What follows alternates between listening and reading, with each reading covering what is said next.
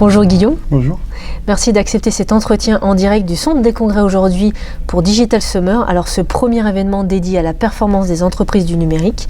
Alors vous, votre conférence est intitulée « Utiliser la satisfaction d'un client pour en convaincre d'autres ». Alors j'ai plein de questions à ce sujet, mais pourquoi cette participation aujourd'hui ? Eh bien parce que, alors moi je viens pas du numérique, je viens pas du web, mais je travaille énormément avec ces technologies-là et j'accompagne un certain nombre d'entreprises, soit du numérique, soit d'autres secteurs, mais qui utilisent ces techniques pour se connecter avec les clients. Alors qu'est-ce qu'un client satisfait pour vous ? Eh bien c'est une bonne question parce que personne ne le sait. On croit qu'un client satisfait, c'est quelqu'un qui est content. En fait, ça ne veut rien dire, parce qu'on peut tous avoir une définition différente. Parce que si je ne suis pas mécontent, je suis satisfait ou pas ?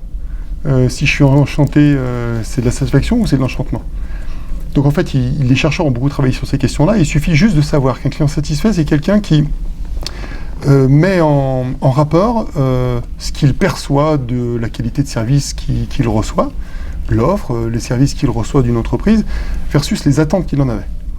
Et donc, la satisfaction, c'est le rapport entre qu'est-ce que j'obtiens versus qu'est-ce que j'attends. Et donc, il y a trois situations qui peuvent sortir de là. Soit j'obtiens des choses qui sont en deçà de mes attentes et je ne suis pas content. Soit j'obtiens des choses qui sont conformes à mes attentes et je ne suis pas mécontent. Certains diront je suis normalement satisfait.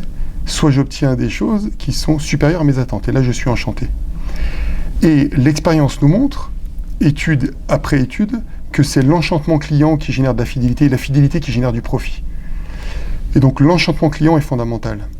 C'est pour ça que les entreprises s'excitent autour de la satisfaction client. Mais sauf qu'il faut qu'elles comprennent d'abord que ce n'est pas la satisfaction client dans le sens non-mécontentement qui est important, mais l'enchantement, si elle veut générer du profit.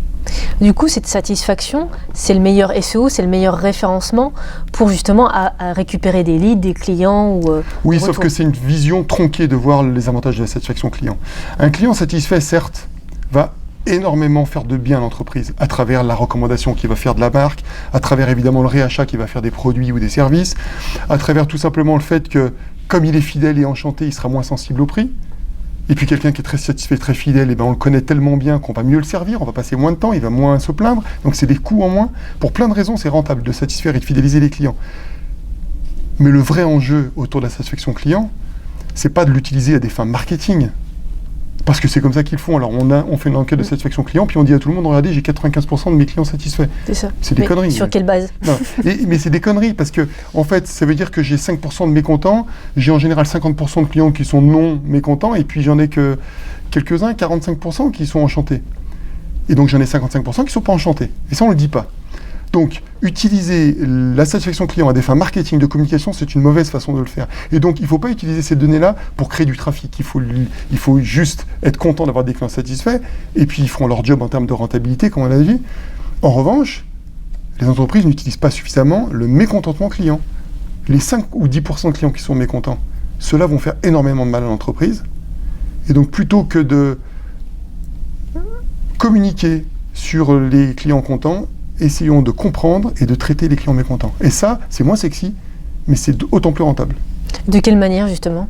Eh bien d'abord, il faut les écouter pour de vrai. Il ne faut pas une petite enquête toute simple pour dire content, pas content, et puis on va utiliser que les contents. Il faut les écouter, les rappeler, les rencontrer, creuser les raisons de mécontentement, traiter éventuellement en one-to-one les raisons de mécontentement, mais surtout l'utiliser à des fins stratégiques dans l'entreprise. Combien de comités de direction aujourd'hui analysent les mécontentements clients ?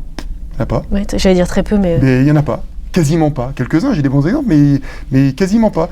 Et du coup, pourquoi ne le faisons-nous pas ? Parce que c'est pas sexy. Et pourtant, c'est rentable. Oui, c'est ça que je me dis. Mais pourquoi on s'y intéresse pas, en fait ? Parce que ça ne fait pas rêver.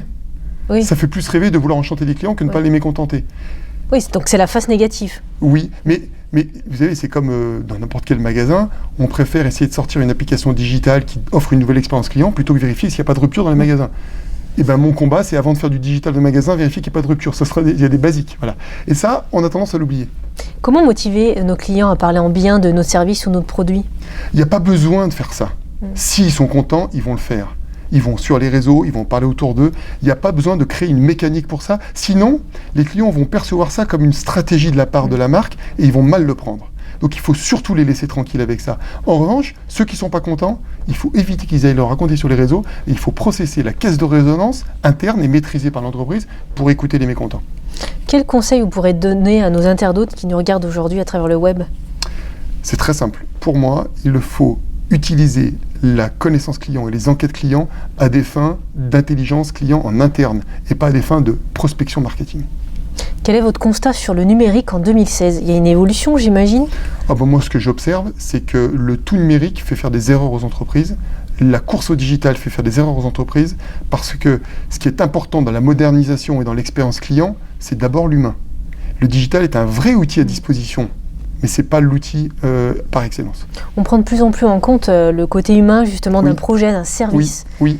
C'est ce qui revient dans le domaine santé, on en prend vraiment compte, puisque je connais bien ce domaine-là aussi, mais dans le domaine numérique aussi. Absolument. C'est en train de changer. Mais ça a toujours été comme ça.